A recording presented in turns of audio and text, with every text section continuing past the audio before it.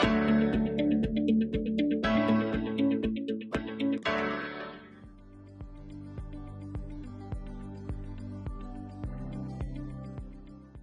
Everyone, welcome to this social science session. Last session में हम बात कर रहे थे साउथ अफ्रीका के कॉन्स्टिट्यूशन के बारे में। हम ये देख रहे थे कि कैसे साउथ अफ्रीका में एक कॉन्स्टिट्यूशन बनाया गया जो एंटी अपार्थाइड था।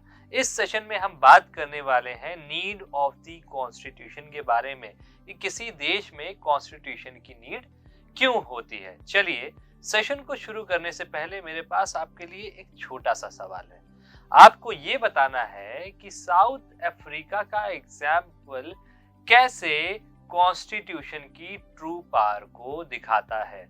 अब आप में से कुछ लोग कहेंगे कि कॉन्स्टिट्यूशन के बनने से वहां पर अपार्थाइड नाम की जो चीज थी वो हट गई और वहां पे मल्टी रेशियल डेमोक्रेसी एस्टैब्लिश हो गई। तो इससे हमें ये पता चलता है कि भाई कॉन्स्टिट्यूशन बहुत ही इंपॉर्टेंट कंपोनेंट है किसी भी देश में डेमोक्रेसी के रहने के लिए। चलिए अब ये समझने की कोशिश करते हैं कि भाई कॉन्स्टिट्यूशन होता क्या है। तो जब आप कॉन्स्टिट्यूशन के बारे में बात करते हैं तो कॉन्स्टिट्यूशन एक तरीके से सेट ऑफ रूल्स होता है जो किसी नेशन में अप्लाई होते हैं। इसके साथ साथ ये रूल्स क्या करते हैं, ये एक तरीके से आपको रिलेशनशिप दिखाएंगे among the people and also between people and the government. तो एक तरीके से कि गवर्नमेंट और लोगों के बीच में रिलेशनशिप क्या है और लोगों के बीच में आपसी रिलेशनशिप कैसे रहेगी, ये कॉन्स्टिट्यूशन डिसाइड करता है। आइए अब ये देखते हैं कि कॉन्स्टिट्यूशन का पर्पस क्या होता है। तो सबसे पहली चीज है फ्रेमवर्क फॉर द गवर्नेंस, कि कैसे कॉन्स्टिट्यूशन ये बताता है कि किसी देश में गवर्नमेंट कैसे काम करेगी। तो ये काम कॉन्स्टिट्यूशन ही बताता है। And then protection of fundamental rights, सबसे पहली चीज है कॉन्स्टिट्यूशन कुछ आपको फंडामेंटल राइट्स प्रोवाइड करेगा और उसके साथ साथ उसे प्रोटेक्ट भी करेगा। And third, ensuring the rule of law, law को सुप्रीम बनाना ये कॉन्स्टिट्यूशन का ही काम है। And in the end we have conflict resolution, कैसे लोगों के बीच में सबसे पहली चीज कन्फ्लिक्ट अराइज ही नहीं होने देना है और अगर हो जाता है तो उसे रिजॉल्व कैसे करना है, ये कॉन्स्टिट्यूशन का काम है।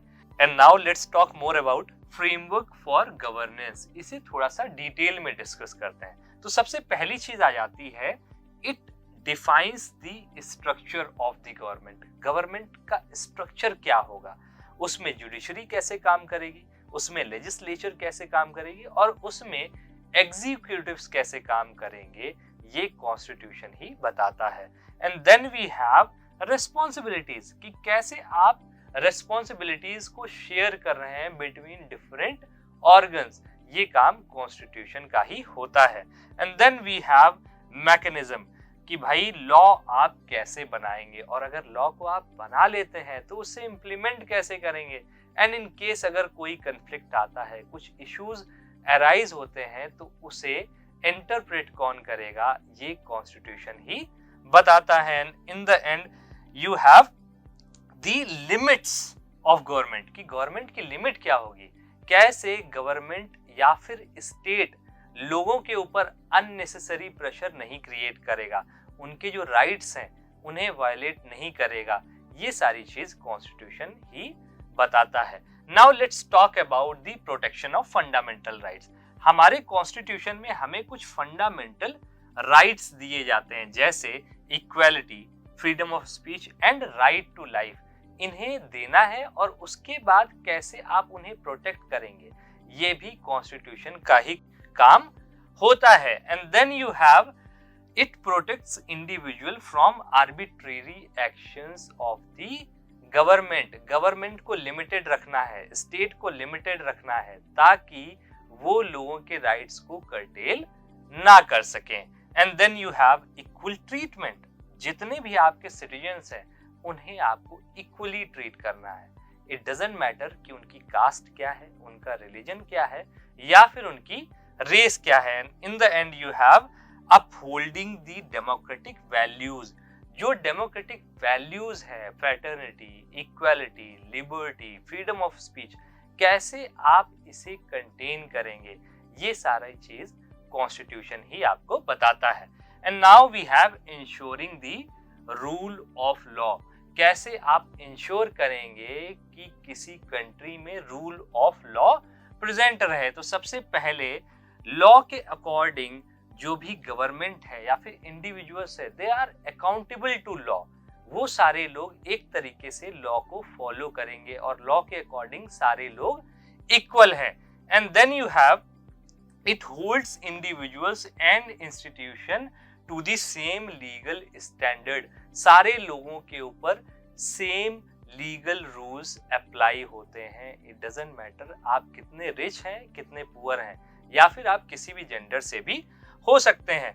देन वहां पर जो भी इंस्टीट्यूशन प्रेजेंट है या फिर जो लोग पावर में हैं, वो लोग पावर को मिसयूज ना करें, इसके लिए भी प्रोविजंस प्रोवाइड किए जाते हैं। इन द एंड कॉन्स्टिट्यूशन ये इंश्योर करता है कि फेयरनेस और जस्टिस बनी रहे, सारे लोगों को जस्टिस प्रोवाइड किया जाए और उसके साथ साथ उन्हें फेयरली ट्रीट किया जाए।